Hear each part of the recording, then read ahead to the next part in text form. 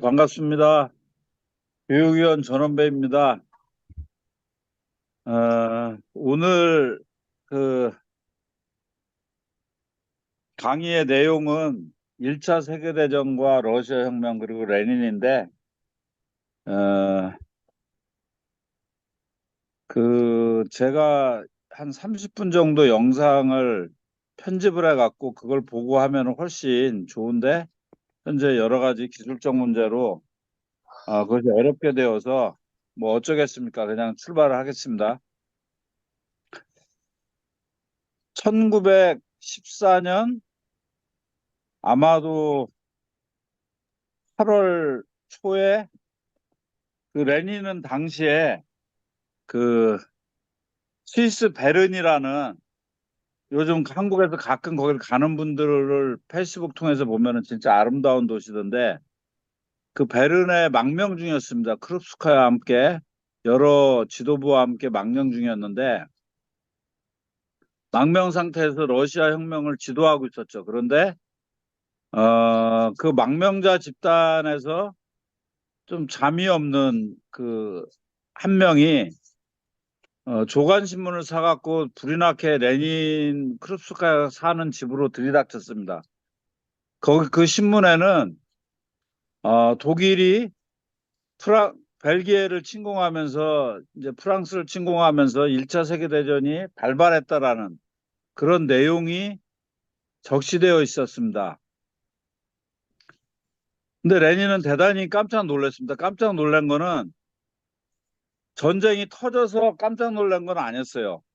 당시 세계적인 혁명정당들은 제2 인터내셔널에 다 가입돼 있었는데, 1907년 슈투트가르트라는 그 독일의 한 도시에서 제2 인터의 국제대회가 열렸는데, 7년 전이죠. 14년에 전쟁이 터졌으니까 이미 그 제국주의 간의 전쟁을 발발할 수밖에 없다, 그렇게 다 예상하고 있었기 때문에 전쟁이 일어난 것 때문에 놀란 게 아니었습니다. 놀란 이유는 당시 제2인터내셔널의 지도적 당은 독일 사회민주당이었습니다. 독일 사회민주노동당이죠. 정확하게 얘기하면 독일 사회민주노동당이었는데, 당시 독일법에 의하면은 전쟁을 하려면은 전쟁 공채 발행에 의회가 동의를 해줘야만이 전쟁이 가능했습니다.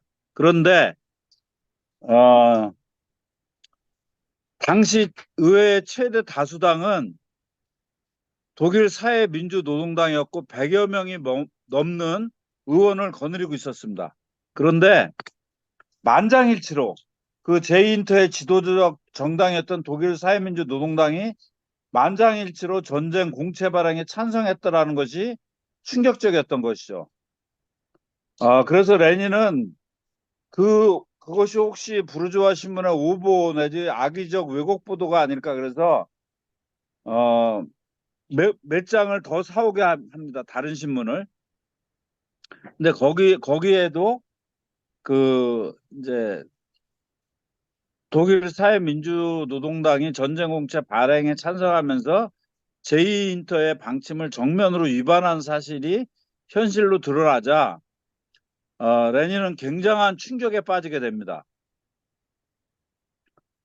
근데 충격에 빠진 이후의 행보가 대단히 흥미로운데, 다른 행동을 한 게 아니고 레닌은 베른 도서관을 아주 정확한 시간에 출근해서 퇴근하면서 엄청난 학습을 하게 됩니다. 8월부터 약 다음해 3월까지 방대한 학습을 하고 나서 이제 내린 결론이 있습니다. 레닌이. 그것이 뭐냐면은 제2 인터내셔널은 사실상 붕괴한 것이다. 왜냐하면 지도적 정당인 독일 사회민주노동당과 제2의 정당인 프랑스 사회당조차도 어, 전쟁이 일어나면 같은 노동자 계급끼리 싸우지 말고 자국 부르주아 계급에게 촛불을 돌리자라고 했던 결의가 붕괴되었기 때문에 제2인터가 붕괴되었다라는 유명한 선언을 하게 되면서, 그 붕괴의 이유는 변증법에 무지에 있다라는 대단히 지금 들어보면 참 이상한 얘기죠. 그 간략하게 변증법을 몰랐기 때문에 사실상 붕괴한 것이고 그러면서 이제 유명한 태제를 발표합니다. 그 당시까지 제인트에 속한 모든 혁명가들은 사회주의 혁명은 영국이라든지 프랑스라든지 독일 같은 자본주의가 고도로 발달된 당시에 세계 1, 2, 3위들이죠. 발달된 나라에서 사회주의 혁명이 일어날 것이다라는 그러한 이제 태제에 어, 거의 신앙같이 그것을 존중하고 있었습니다. 그런데 그 약 6개월의 학습을 마친 레닌은 아주 전혀 다른 이야기를 합니다. 이제 혁명은 제국주의 약한 고리, 즉 러시아에서 일어날 수밖에 없다. 어, 그렇지만 러시아의 혁명은 반드시 영국, 프랑스, 독일 혁명을 유발함으로써 세계적 차원에서 당시는 유럽이지만 당시의 유럽 사람들은 자신들이 세계라고 생각하던 시절이었습니다. 혁명이 성공할 것이다. 그래서 이제 유명한 제국주의 전쟁을 혁명적 내전으로라고 이제 우리는 번역하고 있는데 내전이란 용어가 뭐 복잡하기 때문에 즉 혁명적 계급투쟁으로 자국 정부를 타도함으로써 전장도 중단시키고 혁명으로 나아가자 이런 어떤 태제를 발표하게 됩니다. 그러면서 진머발트라는 곳에 모여서 제인터는 당시에 카우츠키, 플레아노프 등이 주도하고 있었는데 모두 다 자국 정부의 승리라는 태제에 이제 몰입을 하면서 제인터가 사실상 붕괴하게 되니까 레닌, 로자 룩셈부르크 등이 모여서 진모발트라는 곳에서 회의를 하면서 우리는 1907년 슈투트가르트 대회의 유지를 계속 이어나가면서 자국 그 프롤레타리아들이 자국 정부에게 총불을 겨누는 방식으로 혁명으로 나아가서 전쟁을 종식시켜야만 한다. 그런 어떤 흐름을 만들어냅니다. 하지만은 그 흐름은 너무 극소수였고 어, 세계혁명, 그 세계 사회주의 운동에 어떠한 영향을 미치지 못하는 그런 자기 몸부림 수준에 그치게 됩니다. 그런 상황에서 이제 1917년 2월 제가 이제 두 번째 보내준 자료가 사실 그 얘기인데 어, 러시아에서 2월 혁명이라는 부르주아 혁명이 발발하게 됩니다. 여기서 이제 책자에 따라서는 2월 혁명이라고도 하고 3월 혁명이라고 하는데 러시아 혁명과 관련된 날짜는 모두 그 당시 러시아가 쓰고 있었던 율리우스력이라고 다른 영국, 독일, 그 프랑스 등등은 그레고리력을 썼습니다. 근데 러시아는 율리우스력을 썼는데 그게 이제 그레고리력에 비해서 2주 정도가 늦습니다. 그래서 그레고리력 율리우스력으로 2월 혁명이고 그레고리력으로는 3월 혁명이 됩니다. 어쨌든 그렇게 되면서 2월 혁명이 일어났는데 이중 권력 상태가 됩니다. 하나는 임시정부라고 그래서 주로 부르주아들이 중심이 돼서 어, 임시정부가 들어서게 됩니다. 거기에 형식적 권한은 거의 다 놓여 있습니다. 그 임시정부와 그 다음에 이제 1905년 혁명 당시에 소비에트라는 우리 번역어로는 평의회인데 아래로부터 의원들을 선출해서 구성된 평의회가 아주 빠르게 왜냐하면 1905년 혁명 당시 한번 꾸려졌기 때문에 재빨리 꾸려집니다. 그래서 임시정부와 소비에트라는 이중 권력 상태로 나아가게 됩니다. 그러던 중 당시 스위스에 망명해 있던 레닌이 참 이거는 두고두고 논란이 되는데 독일에 당시 러시아와 독일은 전쟁 중이었습니다. 가장 치열하게. 그런데 독일 정부가 마련해 준 열차 우리는 흔히 그걸 봉인열차라고 하는데 실질적으로 봉인은 안 돼 있었다고 합니다. 경비들이 좀 지키는 정도였고 자유롭게 왔다 갔다 했는데 그 열차를 타고 귀국하게 됩니다. 그 귀국한 역이 핀란드역인데 사람들은 왜 레닌이 핀란드로 갔지 그러지만은 러시아는 아주 특이한 지명 영명 선정 방법이 있습니다. 예를 들면은 사실은 페테르부르크에 있는 그 레닌그라드라고 소련 시절에 불렸죠. 거기에 도착한 건데 그 레닌그라드에서 핀란드 가는 기차역은 핀란드역입니다. 그리고 만약에 거기서 어, 그 모스크바를 간다 그러면 모스크바역입니다. 그러다 보니까 핀란드역에 도착해서 유명한 4월 태제를 발표합니다.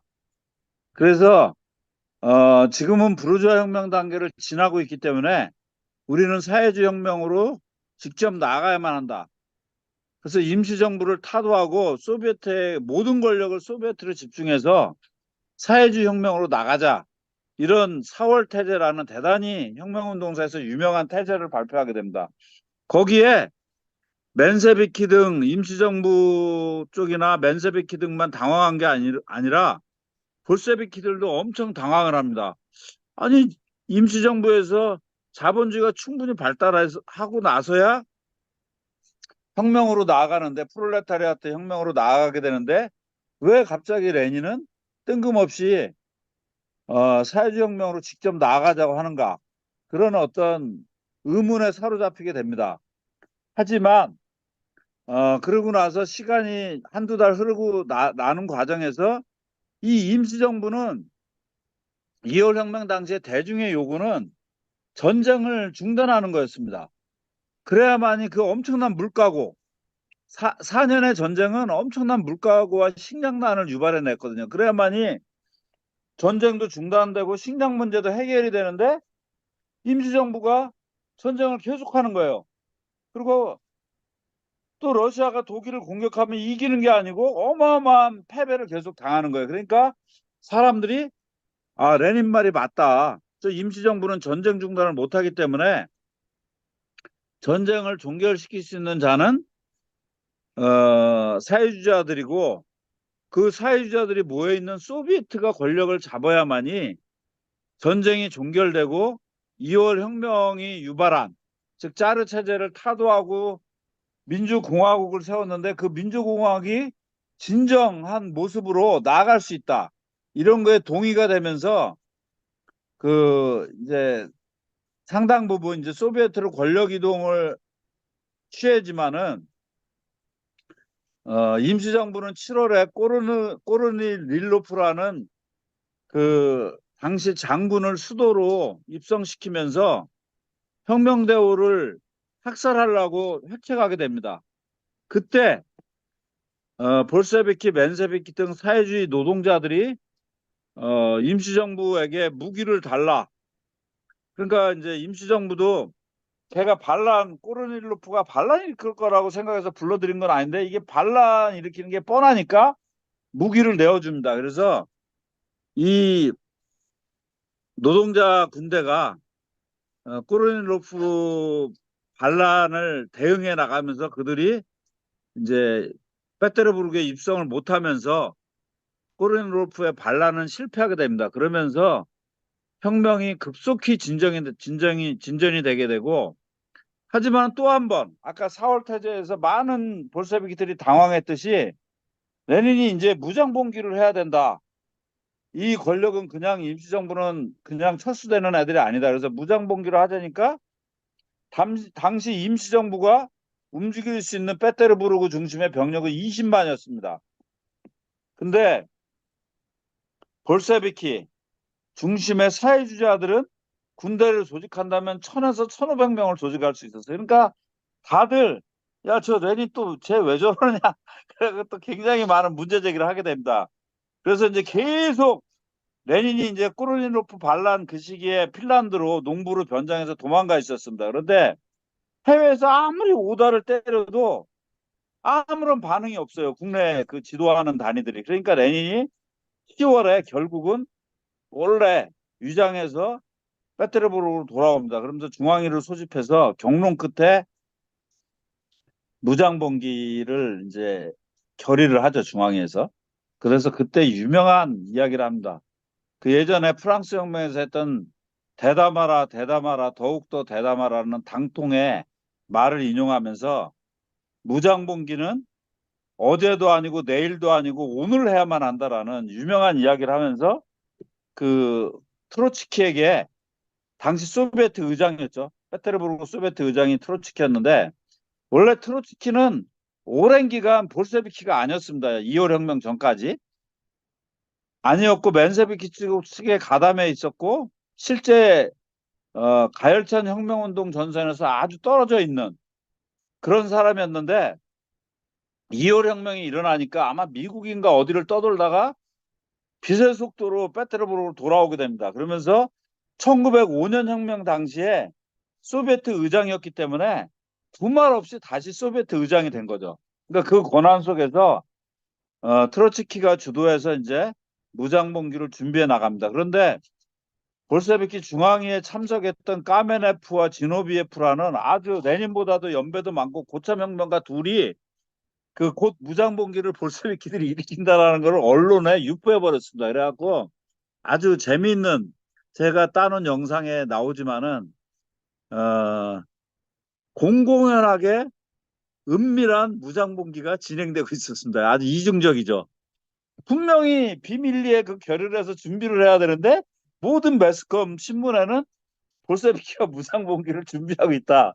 그런 것들이 이제 퍼져나가게 되는 거죠. 근데 어쨌든 10월 24일 날 이제 그 케렌스키 임시정부 쪽에서 그 무장봉기가 진행되는 거를 알고서 어, 당시 볼셰비키의 신문이 프라우다라는 진실이라는 그런 뜻인데 그 프라우다지를 발간하는 신문소를 습격하게 됩니다. 일단 입부터 막아야 된다 이래갖고 그러면서 이제 체포에 나서자 트로츠키가 이제 반격을 하게 되면서 모든 통신, 철도 등등 이런 기관들을 이제 24, 25일에 걸쳐서 장악을 하면서 소위 10월 혁명에 성공하게 되는데 20만이나 되는 임시정부의 군인들은 그 어떤 행동도 하지 않습니다. 그야말로 이 1,500명의 그 볼셰비키 그 적위군이라고 우리가 할 수 있는데 그들의 움직임에 대해서 전혀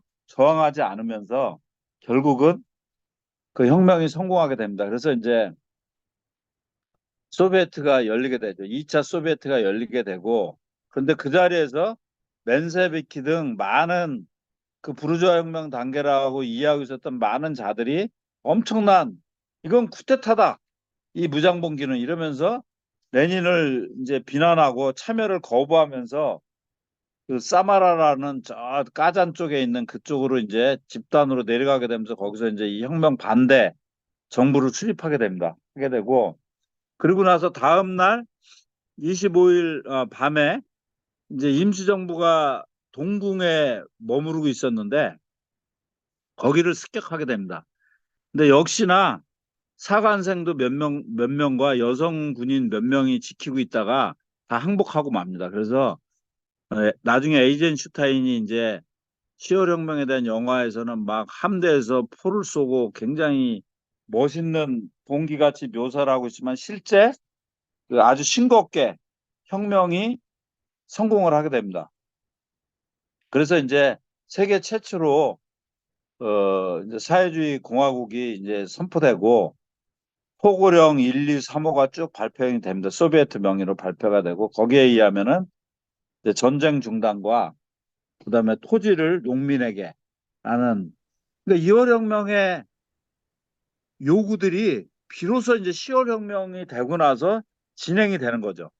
그리고 이제 모든 생산 수단이 아니고 주로 공적이고 거대 기업에 대한 몰수가 진행이 됩니다. 아직 작은 중소단이라든지 이런 부분에 대해서 사적 소유는 인정을 하고 있습니다. 근데 이 부분은 1918년 3월에 브레스토 리토포스크 그 조약을 맺으면서 그 이제 그 이 혁명 정부가 독일과의 휴전 조약을 하는 거죠. 그러면서 이제 전쟁을 멈추게 되니까 영국이 가장 먼저 3월에 그 브레스토 조약 맺자마자 무르만스크라는 우리 옛날 칼기가 비상 착륙한 데 있어요. 저기 스웨덴과 가까운 아주 그러니까 모스크바에서 한참 위로 올라간 그 무르만스크에 군함이 상륙하면서 거기에 있는 소비에트를 붕괴시키고 일본은 블라디보스토크, 일본과 미국은 그다음에 그 프랑스는 카스피해 위에 까잔 이런 쪽으로 침략해 들어오면서 어 이제 구짜르 군대들이 이 볼셰비키들은 혁명을 일으키면서 구짜르 군대의 장성이나 병사들을 무장해제시켜서 다 집으로 돌려보냈어요. 그들을 감옥에 가두거나 죽이지를 않았어요. 그런데 이제 그들에게 엄청난 무기와 돈과 이제 그 정보를 제공하면서 소위 백의군, 백군이라고 우리가 부르는 어 볼셰비키들이 만든 군대는 이제 적군이죠. 레드아미라고 한다면은 이 화이트 아미, 반동 짜르 군대죠. 그들이 이제 연합을 하고 그다음에 1차 세계대전 당시에 이제 독일을 축으로 하는 삼국 동맹에 속한 나라가 독일, 그다음에 오스트리아, 헝가리가 같은 오스트리아, 헝가리 제국이었어요. 그리고 이제 체코가 여기에 가세를 합니다. 그리고 맨 마지막에 뒤늦게 터키가 가세하고 오스만 투르크죠, 당시에는. 그렇게 해서 이제 그 삼국 동맹군이 있었는데 그때 체코가 엄청난 군대를 동원해서 독일 쪽에서 러시아하고 싸우고 있었는데 그들을 뭐 하여튼 수십만 명을 사로잡습니다. 짜르 군대가 그런 일도 있어요. 진짜 백전백패하다시피 했는데 그래서 이제 체코 군단이 근데 항복을 하고 나서 얘들이 우리는 독일하고 싸우겠다. 독일이 우리를 강요한 거다. 우리가 전쟁에 오고 싶어서 온 게 아니다. 그리고 우리를 살려주면 우리는 독일과 싸우겠다. 그래갖고 이제 러시아 군대에 편입됐었어요. 이 사람들이. 근데 혁명이 일어난 거예요. 그러니까 얘들은 야, 저쪽은 이미 빨갱이들이 장악하고 있으니까 우리는 블라디보스토크로 해서 함대를 미국이 보내준다니까 미국으로 해서 빙빙빙 지구를 한 바퀴 돌아서 체코로 돌아가자. 그래서 블라디보스토크로 가고 있었는데 브레스트 리트포스크 강화죠. 그 독일하고 전쟁을 중단하고 여기서 엄청난 결정이 일어나죠. 사실 저는 그건 굉장히 나중에 얘기를 하겠지만은 우크라이나를 띄워줍니다. 독일의 요구에 의해서. 근데 이 우크라이나는 엄청난 곡창지대고 면적도 농사 지을 수 있는 면적 당시에는 시베리아가 개발되기 전이니까 거의 3분의 1 내지 2분의 1 가까이 되는 거를 떼줍니다. 그게 두고두고 이제 우크라이나가 러시아와 각을 세우게 되는 이유인데 이상할 정도로 이 문제는 최근에 러우 전쟁 당시에도 얘기들을 안 해요. 좌파라고 불리는 사람들도 이 엄청난 이 우크라이나가 러시아에 대해서 반감 갖고 있는 일에 대해서 얘기를 안 하는데 어쨌든 근데 거기에 중요한 조약이 있었던 거예요. 체코 군단을 무장해장 무장해제시킨다. 독일의 요구예요. 저 새끼들 우리 편으로 전쟁에 투입했던 놈들이 반란을 일으킨 거다, 저놈들이. 그러니까 저것도 싹 잡아다가 죽여야 되겠다 해갖고 무장해제 요구를 하는 거예요. 그러니까 그거를 소비에트 정부 트로츠키가 외무대신이었는데 외무위원인데 얘가 그걸 받아들여 갖고 야 니네 다 무장해제 총 들고 다니면 다 죽여버릴 거야 이래 되니까 체코 애들이 블라디보스토크 그래서 도망을 가야 되는데 거기서 아유 못 가는구나 우리는. 그래서 갑자기 얘들이 무기가 체코가 옛날부터 엄청나게 그 기계공업이 발달된 나라죠. 그래갖고 이 당시에 얘들이 그 이르크츠크 그다음에 그 블라디보스토크 합스부르크 아니야 합스부르크네 그 하바rov스크 이런 쪽까지 와 있었거든요. 그런데 요즘 제가 합스부르크 공부를 하다 보니까 그러다 보니까 거기서 어이 돈이 필요하잖아. 무기만 갖고 안 되니까. 그래갖고 우리나라 독립군들이 무기가 필요한 거야. 일본하고 싸우려니까. 그러니까 돈 주고 팔아라 그러니까 엄청나게 많이 팔아갖고 그게 청산리 대첩이라든지 봉오동 전투 거기에서 우리가 일본 애들하고 싸울 수 있었던 게 이 체코 군단에 그 무기들이 혁혁한 공헌을 하게 됩니다. 이게 역사라는 게 참 이렇게 파장이 많은 건데 어쨌든 그렇게 가던 애들이 이 새끼들 봐라. 우리가 니네를 위해서 항복까지 하고 싸우는데 우리를 다 죽인다고? 그래갖고 이제 시베리아 횡단 열차를 다 장악하는 거예요, 얘들이. 다 장악, 군대, 최정예 군대니까. 그리고 지방 볼세비키들. 그런 거 다 붕괴시켜버리고 백군하고 연합해서. 그래갖고 그 당시에 하바롭스크 중심에 시베리아 그 소비에트가 있었는데 거기에 이제 김 알렉산드라 스탄케비치라는 그 한인 사회당을 만든 그 유명한 여성 혁명가가 있는데 외무위원으로 있었죠.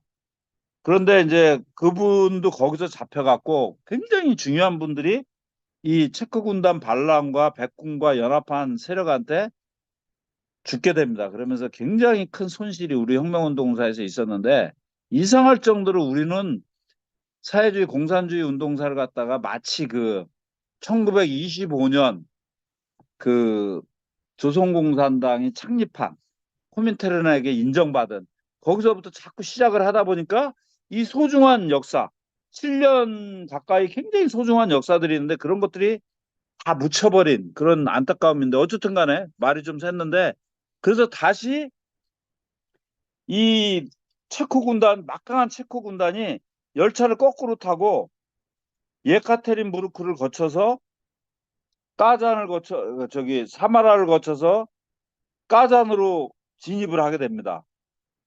그래서 이제 그 당시에 당시까지도 이 소비에트 혁명정부는 그 니콜라이 2세 짜르 그들을 처형하지 않고 예카테린부르크에 가둬놓고 있었어요. 그랬는데 얘들이 갑자기 오는데 못 막을 것 같아. 그러니까 그때 처형을 하죠. 그때 처형을 하고 그러고서 이제 했는데 까잔까지 점령당합니다. 근데 까잔에서 모스크바까지는 약 200여 킬로? 2, 300킬로가 되나 봐요. 근데 평평한 평지입니다.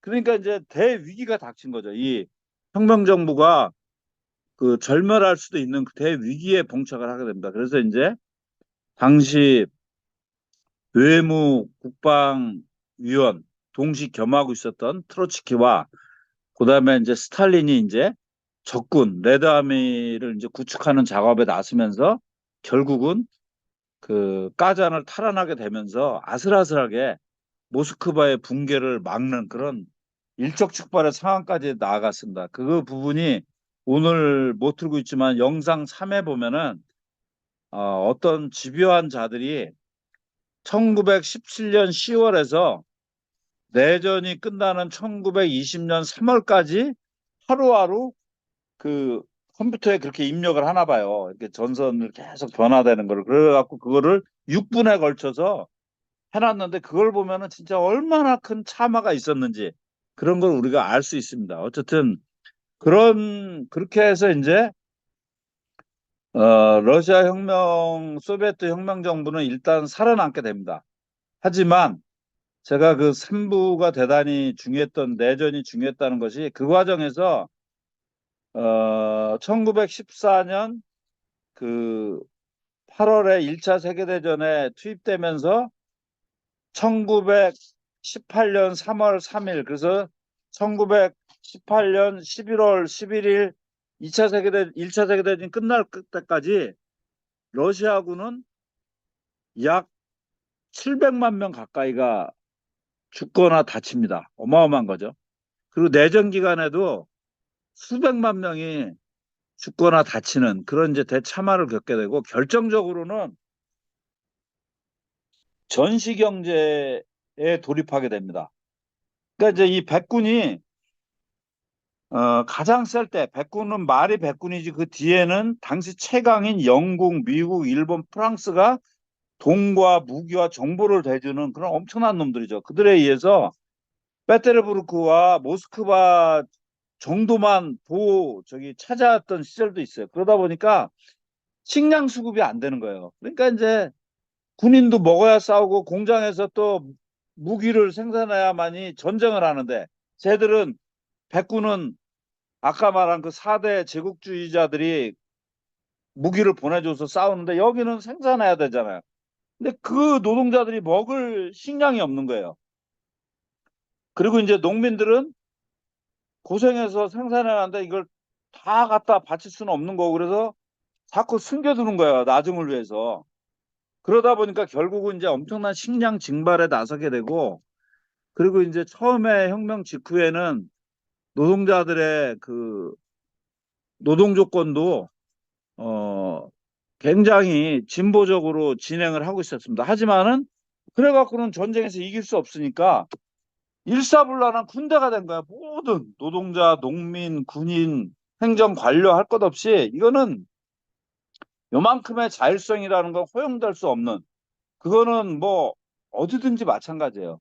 그래서 제가 이거를 공부하면서 프랑스 혁명 대 부르주아 혁명이라고 프랑스 혁명은 애들이 그렇게 왜곡이나 비난을 이렇게 많이 안 하잖아요. 그래서 자세히 그걸 보니까 프랑스도 한 3, 4년 동안은 이 혁명대오가 극소수만 죽이지 잘 안 죽여요. 그 반동들을. 그런데 프랑스 귀족들이 혁명 이후에 귀족과 성직자들이 해외로 다 도망가거든요. 그들이 1789년에 혁명이 일어나고 한 4년 정도 지나서 프로이센과 오스트리아 정규군과 연합해서 지금의 룩셈부르크 쪽으로 해서 그 프랑스 혁명 정부를 붕괴시키려고 쳐들어오게 되거든요. 그걸 발미 전투라고 하는데 거기서 의용군이 나가서 그걸 막아냅니다. 영웅적으로. 그야말로 의용군이 최강의 정규군대. 프로이센과 오스트리아는 당시 최강의 정규군대인데 그걸 이겨냅니다.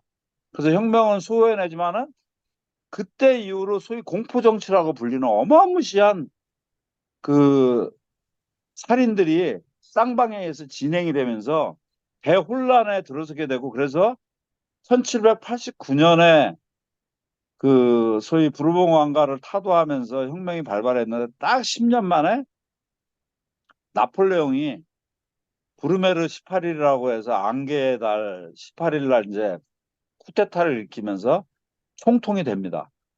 그리고 나서 5년 후 1804년에 황제가 되죠. 아주 이상한 일이잖아요. 이 타도한 지가 15년 만에 황제정이 부활한 거예요. 그거는 그 전쟁, 끝없는 전쟁 속에서는 일사불란함 외에는 없다는 거죠. 그래서 러시아 혁명의 그 가장 큰 문제는 당시에 뭐 볼셰비키들이 독자적이었다, 뭐 이념이 어떻다 그런 문제도 없다고는 볼 수 없지만은 그게 아니고 이 3년과 4년에 걸친 내전, 말이 내전이지 제국주의 간섭전쟁 과정 속에서 총력전을 할 수밖에 없었고 그 속에서 굳어진 시스템이 그 이후로 계속 가게 되는 거고 그리고 또 하나는 당시에 어,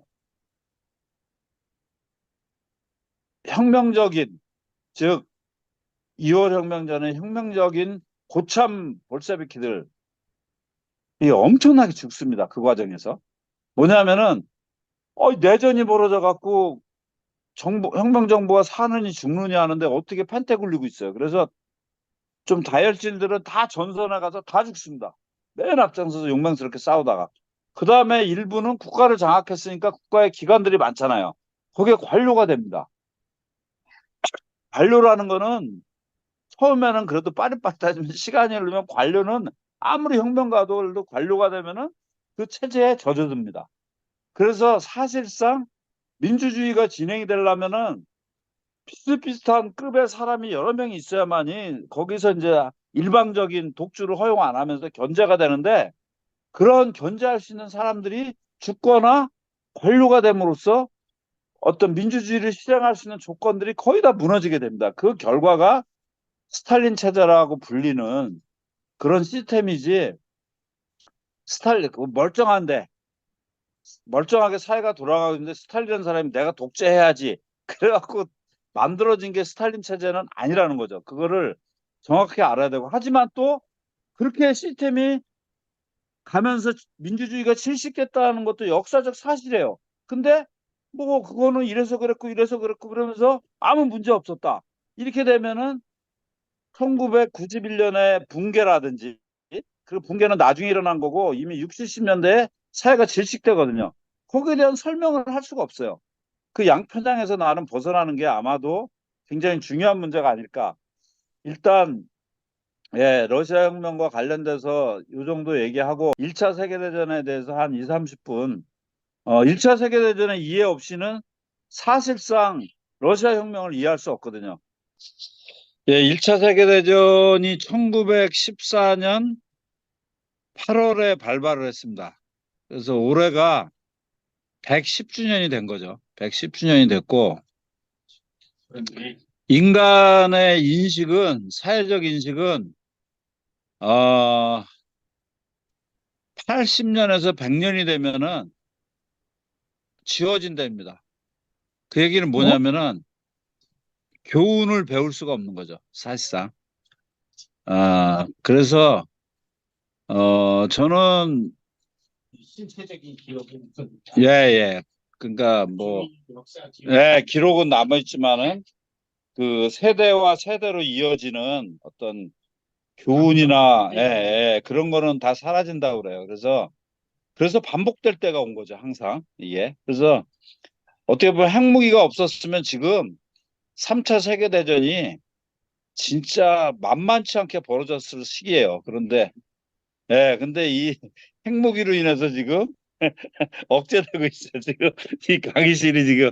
그래서 어쨌든 간에 근데 제가 이렇게 80년대 초반에 운동을 시작하면서 저는 두 주제를 40여 년간 집중적으로 파다가 치워놨다가 또 파다 치워놨다 했는데 그게 하나는 세계사에서는 1차 세계대전과 러시아 혁명 시기고 한국사는 한국전쟁 이 두 주제를 아주 집요하게 그 놨다 다시 도전했다 하면서 그 되풀이하고 있습니다. 그래서 지금 이 시기에 왜 1차 세계대전의 교훈을 배우는 것이 중요한 것인지 거기에 대한 이야기를 하려고 하는데 간략하게 이야기하면은 1차 세계대전과 2차 세계대전 모두 독일이 일으켰습니다.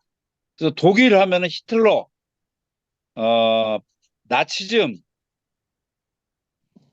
미친 또라이, 광적인 폭도 집단 이런 게 이제 자리매김돼 있죠. 거기에 맞서 싸웠던 영, 투, 미, 영국, 프랑스, 미국, 그 다음에 또 러시아와 소련, 1차 세계대전은 러시아였고 2차 세계대전 소련인데 거기는 또 사회주의적이고 그러니까 진보적인 세력들이 영푸미 러시아 소련은 그래도 괜찮은 쪽 독일은 죽일 놈 이렇게 돼 있는데 그거는 아주 잘못된 구체적 역사적 사실을 치고 들어가면은 너무나 잘못된 인식이고 그 속에서 우리가 역사 인식을 할 때 지금의 이 국면을 이해할 수 없다라고 보기 때문에 제가 이 주제를 우리 교육위에서 좋은 주제 제출해달라고 해서 제가 제출했고 일바로 이 오늘의 강의를 하게 되었는데 일단 그 독일이 전쟁을 일으킨 건 맞습니다. 하지만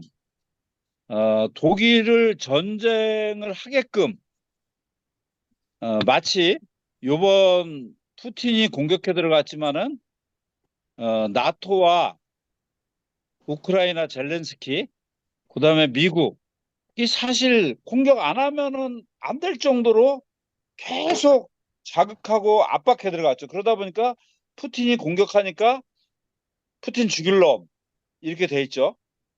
뭐 좋은 놈이다라는 표현은 아닙니다. 저는 어쨌든 간에 그렇게 이렇게 역사적 사실을 전도시키듯이 독일도 그렇다는 거죠. 그럼 당대에 1차 세계대전 책임의 상당 부분은 누구에게 있는가?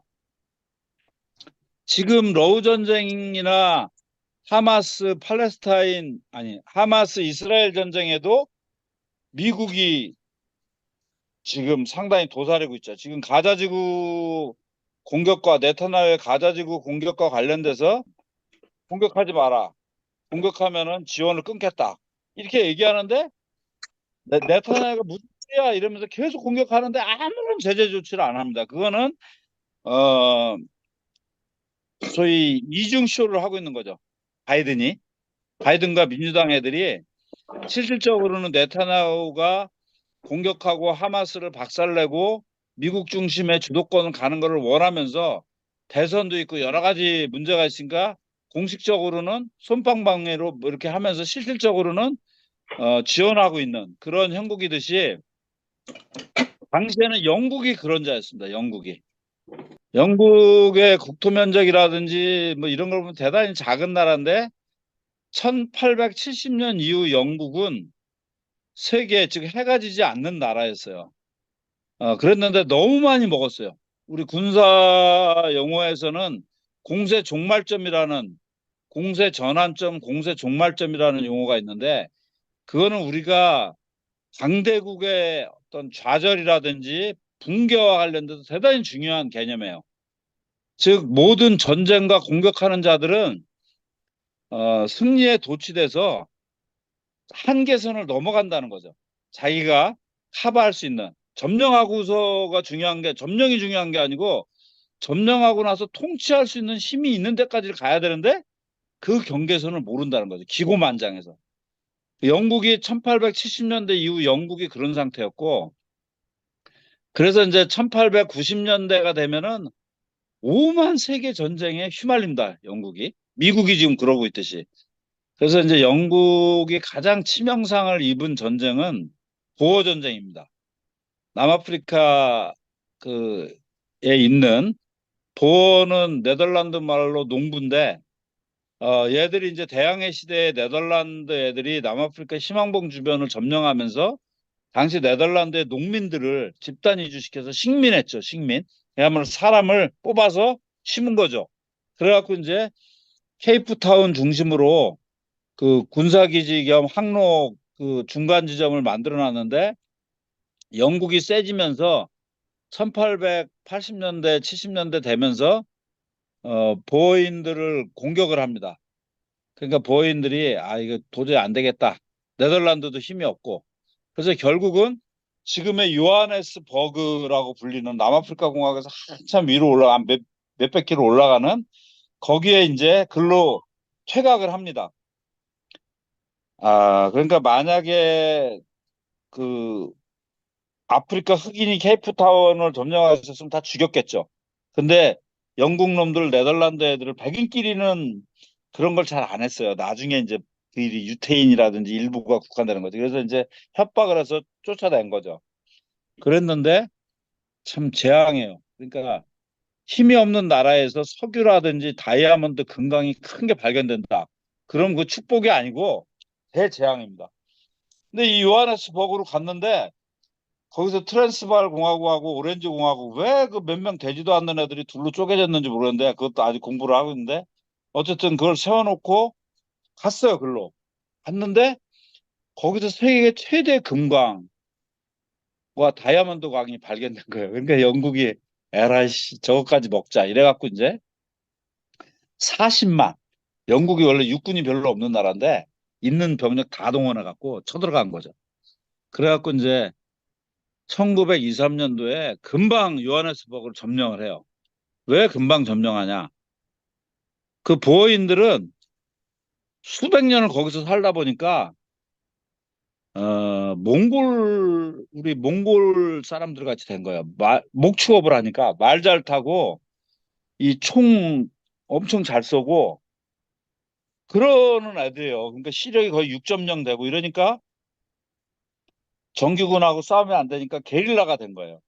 그래갖고서는 이제 들판으로 나가갖고 거기서 이제 영국군 정규군을 공격하니까 점령이 안 되는 거야. 그래갖고 영국이 무슨 짓을 하냐면은 그 요하네스버그 즉 트랜스바알 오렌지 공화국에 있는 그 아이들 그다음에 여성들 이런 그런 노약자들을 다 잡아다가 케이프타운 쪽에 이제 그 포로 수용소를 만듭니다.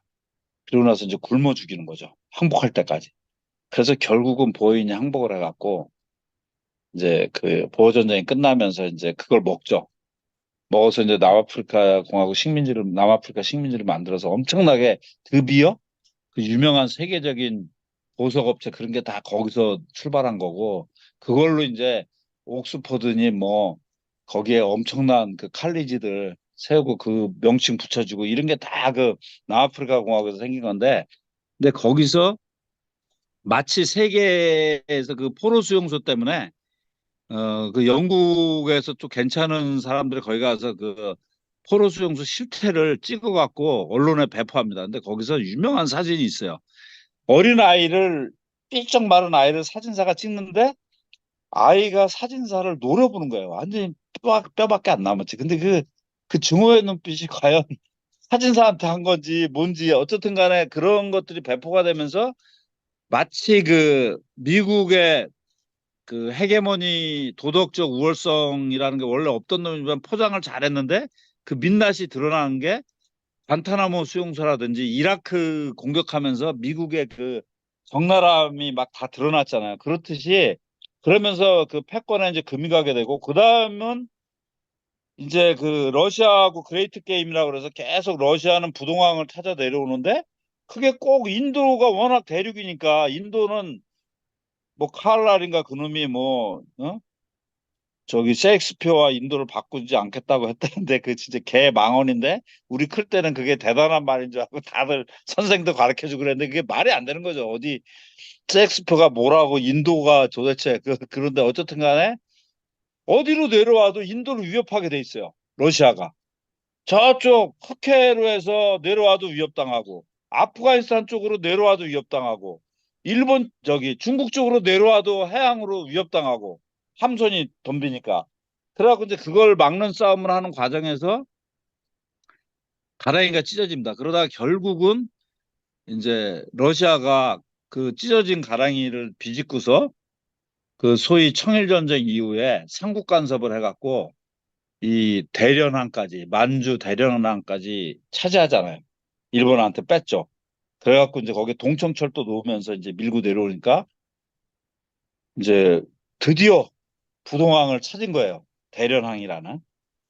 블라디보스톡은 그 당시에도 3개월은 얼었대요. 그래서 제대로 된 부동항이 안 된 거. 그래서 대련으로 해서 내려오면 되는데 결국은 이제 그 일본을 영일 동맹을 1902년 맺어갖고 도저히 자기 능력으로 보호전쟁에 말려 있고 그다음에 저기 어디야 중동 흑해 이런 데 다 카스피에 말려 있고 하니까 도저히 병력이 안 되니까 일본하고 영일 동맹이라는 걸 1902년에 맺죠. 그래갖고 난리가 나죠. 일본에서 완전히 그 고고한 고립 외교를 오랫동안 100여 년 유지했던 영국이 자기네하고 손잡았다. 이게 뭐 어마어마한 그게 되면서 결국은 러일 전쟁이 터지게 되죠.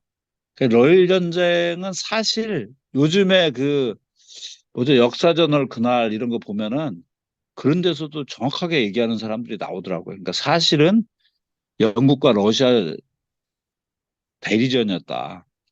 그래서 사실 일본이 돈만 대준 게 아니고 함대, 세계 최고의 함대들을 수십 척을 대줘요. 그래서 심지어 아르헨티나, 영국의 조선소에서 아르헨티나한테 발주받아 갖고 이제 막 넘겨줘야 되는데, 야, 아르헨티나 잠깐만 이러면서 일본한테 넘겨주고 이탈리아에 있는 거 넘겨주고 자기들 현역배 넘겨주고 해갖고 그리고 이제 그 발틱 함대가 오니까 수에즈 운하 통과 못하게 하고 그래서 차 희망봉 돌아서 오는데 그때는 석탄이잖아요. 석탄과 물을 공급해줘야 하는데 그것 때문에 늘어질 대로 늘어져 갖고 그리고 이제 그 다 못하게 하고 석탄 공급 못하게 하고 물 공급 못하게 하니까 몇 달 걸려서 와갖고 여기 동해 우리 도착했을 때는 이미 옆에서 발로 한 대 차면은 무너질 수준의 애들이 온 거예요. 걷다가 정보 지금 어디 몇 월 며칠 몇 시에 어디 통과하고 있다 어디 통과하고 있다 걔들 어떤 상태다 이런 걸 다 줘갖고 이긴 거죠. 근데 일본 놈들이 그게 지들이 대단한 줄 알고 까불다가 나중에 개받듯이 러시아 이상으로 얻어 터진 거죠. 2차 세계대전 태평양 전쟁 때. 근데 그럴 정도고 그런 어떤 과정에서 결정적 사건이 일어납니다. 1차 세계대전이 촉발되는. 그건 뭐냐면은 우리가 흔히 얘기하는 바그다드 철도가 어디서 시작되냐면은 베를린, 그다음에 비잔티움, 지금의 이스탄불이죠. 그것의 옛날 이름이 비잔티움이잖아요. 그다음에 바그다드를 잇는 철도 부설에 독일 황제와 오스만 투르크가 합의를 봅니다. 근데 다 바그다드까지 알고 있는데 제가 이제 몇 년 전에 이 공부를 한참 하다 보니까 그 바그다드 철도의 종점은 바그다드가 아니더라고요. 바스라라는 항구예요. 제가 오늘 보낸 지도에 나오지만은 바스라라는 항구가 어디냐면은 쿠웨이트에서 페르시아, 쿠웨이트 지금 영토예요. 근데 원래 쿠웨이트는 아니지. 그게 다 오스만 투르크였는데 거기에 항구예요. 그래서 그 바스라 항구를 도착하는 순간 바로 그 호르무즈 해협 페르시아만 통해서 나가갖고 인도를 공격할 수 있는 그거를 갖다가 그 독일과 그 당시 무슨 예, 오스만 투르크가 합의를 본 거죠. 그리고 그 옆에 자원들도 다 적이 되는 걸로. 그래서 이제 당시 러시아 황제 짜르나 독일의 카이저 황제 얘들은 다 빅토리아 여왕의 손주들이었어요. 그래갖고 이제 여러 가지 그런 조건 속에서 계속 영국이 신경질적 반응을 보이니까 독일의 카이저가 그럼 니네도 투자해라. 이 바그다드 철도에 엄청난 거잖아요. 길이도 엄청나고. 그런데 영국이 합의까지 갔다가 나중에 이제 번복을 하죠. 그러면서 한마디로 세르비아에서 이제 그 가브리엘 프린치프라는 19살에 그 민족주의자가 이제 그 오스트리아 황태자 부부를 이제 쏘게 되면서 이제 그 슬라브 민족주의, 게르만 민족주의 뭐 여러 가지가 결합되면서 이제 1차 세계대전이 터진 거고 그러한 속에서 전쟁을 하게끔 계속 그 유도함. 그러니까 독일과 어떻게 보면 뭐 반띵하자 이렇게 나눠 먹을 수 있었는데 결정적으로 그걸 거부해요. 왜냐하면은 바스라 항구로 해서 이제 독일 함대 철도로 이제 그 무거운 그거를 싣고 다 오는 거죠. 와갖고 거기서 조립해갖고 바로 이으면 인도양으로 바로 나가는 거잖아요. 그리고 그것을 해군이 통제할 수 없다는 거. 그래서 지금의 이 100여 년의 그 중동에 석유의 보고인 중동에서 일어나고 있는 전쟁 그리고 이스라엘의 건국이라든지 모든 문제의 출발이 이 바그다드 철도와 밀접한 관련이 있다는 거죠. 그래서 그런 면에서 어떻게 보면은 이 1차 세계대전으로 가는 데서 결정적 역할은 영국의 어떤 세계 지배 전략 그런 것들과 밀접한 관련이 있고 그래서 사실상 바그다드 철도를 결국 못 놓게 방해를 했어요. 그렇죠. 그걸 다 차지해버렸죠. 1차 세계대전 끝나면서. 저기 바그다드 철도는 만들긴 만들었는데 예, 그걸 다 차지해버렸죠.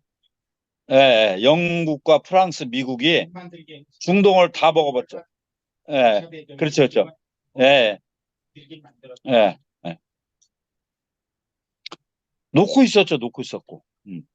그래서 이제 그런 측면에서 모든 전쟁이 어쨌든 간에 어, 어떤 경제적 이득, 그래서 서영교라는 군사 연구자는 20세기의 가장 큰 맹점이 뭐냐? 20세기 역사를 볼 때 착시 현상이 벌어지는 게 20세기에는 냉전의 시대였기 때문에 이데올로기적 영향이 굉장히 크게 역사를 본다는 거예요. 그래서 뭐 파시즘, 나치즘과 뭐 자유민주 진영의 1차 세계대전, 그다음에 사회주의와 자유주의 진영 간의 한국 전쟁 이런 식으로. 그런데 한국 전쟁도 나중에 말씀드리겠지만은 그 결정적인 이유가 그 1945년 미국의 국방 예산이 2차 세계대전 치르면서 990억 불이었어요. 근데 2차 세계대전이 이제 45년에 끝나니까 46년 예산이 국방 예산이 150억 불로 격감을 합니다. 그러면서 사실상 미국의 커진 그 군대와 세계 지배 기지들을 유지할 돈이 그 예산으로는 책정이 안 되는데 또 당연히 미국 의회에서는 전쟁하느냐고 미국을 쳐돌 나라가 없는데 왜 국방비를 많이 써야 되냐 진저리가 난다. 그러니까 이제 결국은 미국의 공황이 옵니다.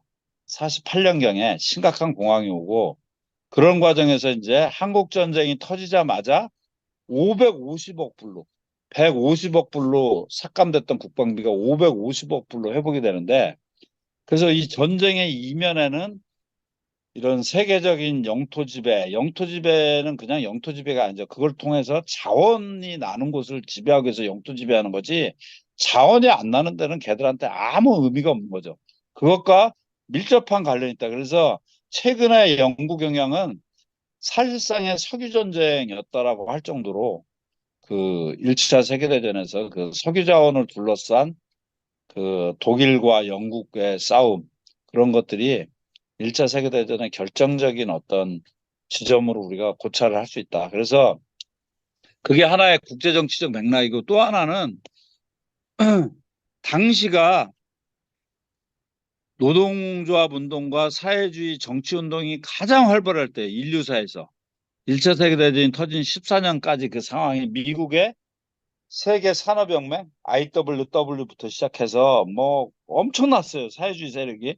그리고 1907년에 공황이 있었는데 그 여파로 굉장히 그 인민들의 삶이 힘들고 그다음에 생산력은 엄청나게 늘어났는데 소비가 안 되는 그런 만성적인 공황 상태였는데 그것이 1차 세계대전을 통해서 이제 상당히 풀리지만 여전히 안 풀린 부분이 29년 대공황으로 갔다가 결국 2차 세계대전까지 가면서 터지게 되는데 그 당시 40여 년간 30년간 14년에서 45년 31년간 당시 지구 인구가 약 20억으로 당시에 추산을 하더라고요. 근데 2억 명 가까이가 전쟁에서 죽거나 아니면 전쟁으로 인한 질병, 사상, 부상 이런 걸로 될 정도로 10명 중에 한 명이 그럴 정도로 대참화를 겪으면서 소위 우리가 얘기하는 포도주의 황금기라고 얘기하는 그 전후 세계 경제가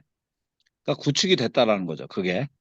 그런 맥락에서 현재 조건은 110년간 누적된 어떻게 보면은 그리고 아니면은 45년 이후라고 한다면은 어 80년간 누적된 문제들이 이제 2022년 러우 전쟁을 촉발로 해서 벌어지고 있는 그래서 불이 꺼지는 게 아니고 계속 이상할 정도로 확산돼 나가는 그런 상황이다. 그리고 최근에 진짜 우리가 예상하지 못했던 그 소위 선진국 대학생들이 반전 시위에 나서게 되는데 거기에는 반전 구호도 대단히 중요하지만은 그들의 경제적 어떤 어려움들 그리고 예산에 대한 국방 예산에 대한 삭감이라든지 군수 산업에 대한 지원 중단이라는 대단히 생활적 이슈들이 거기에 이제 들러붙어 있는 거죠.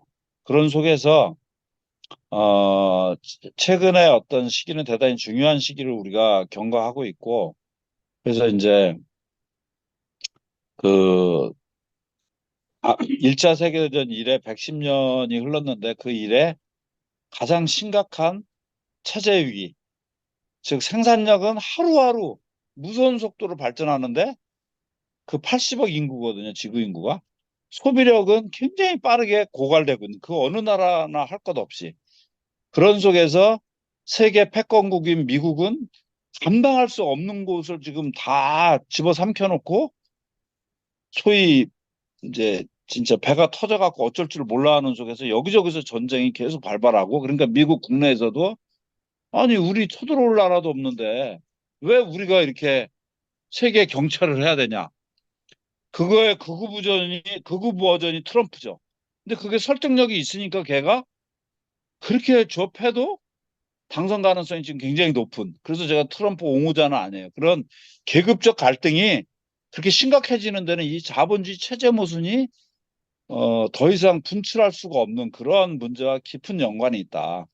그런 속에서 저는 감히 1차 세계대전 시기에도 우리는 성공한 혁명은 러시아 혁명밖에 없고 그 성공한 혁명도 호위, 봉쇄, 고립 속에서 굉장히 그 혁명의 대의가 거의 뭉개지다시피 그렇게 돼버리는 혁명만이 남았지만은 당시에 뭐 독일 혁명이라든지 그다음에 헝가리 혁명이라든지 이탈리아 혁명이라든지 세계가 혁명적 분위기에 휩쓸려 있었죠. 근데 전쟁을 통한 어떤 그런 후유증 속에서 혁명이 제대로 발전을 못했는데 막스가 얘기한 세계적 규모의 사회주의 혁명은 지금 2024년 지금 시기가 그때보다 지금 높다 이러면 또 제가 양치기 소년이 되니까 1914년 그때보다 훨씬 좋은 조건이다. 그런데 우리 발목은 뭐냐면은 야, 그래서 옛날에 사회주의 혁명 했는데 그게 얼마나 비참하게 무너졌냐. 또 아이러니하게 그때는 역사 발전 단계가 원시공자인데 노예제, 봉건제, 자본주의, 사회주의라는 건 철칙이라고 여겼기 때문에 진짜 용맹정진을 했는데 갔었는데 망했네. 그러니까 사회주의는 우리 대안이 아니야. 그러니까 맨날 울망졸망. 우리 조금 개혁이나 하자. 야, 체제는 못 바꿔. 그러니까 분배구조만 바꾸자. 근데 분배구조는 갈수록 악화되고 있는데 그런 개량의 꿈에서 못 벗어나는. 그래서 난 최근에 한국만이 아니고 세계적으로 소위 사회복지 국가 체제 중심의 그런 삼인주의라고 우리가 불리는 그런 시스템들은 다 지금 망가졌거든요. 그래서 극우 세상으로 지금 가고 있는 데는 사회주의 혁명을 정통으로 하려고는 세력이 발화할 수 있는 또 절호의 기회인데 그 앞에서 즉 사회주의로 갔는데 그게 비참한 몰골로 망했는데 무슨 또 사회주의야. 그 벽 앞에서 지금 한치도 못 나가고 있기 때문에 왜 러시아 혁명은 고양이, 호랑이를 그리려고 했었나? 왜 고양이가 될 수밖에 없었는가? 당시에 1910년대의 세계 조건. 근데 지금 2024년은 그런 조건이 아니다. 그런 속에서 우리가 새롭게 세계혁명에 대한 어떤 희망을 걸어내는 속에서 이 답답한 개량을 넘어서는 그런 시기로 지금 현재를 바라봐야 되지 않겠는가 하면서 저의 객관적인 분석이라기보다는 저의 소망이 담긴 이야기로 마무리 짓겠습니다. 예, 고맙습니다.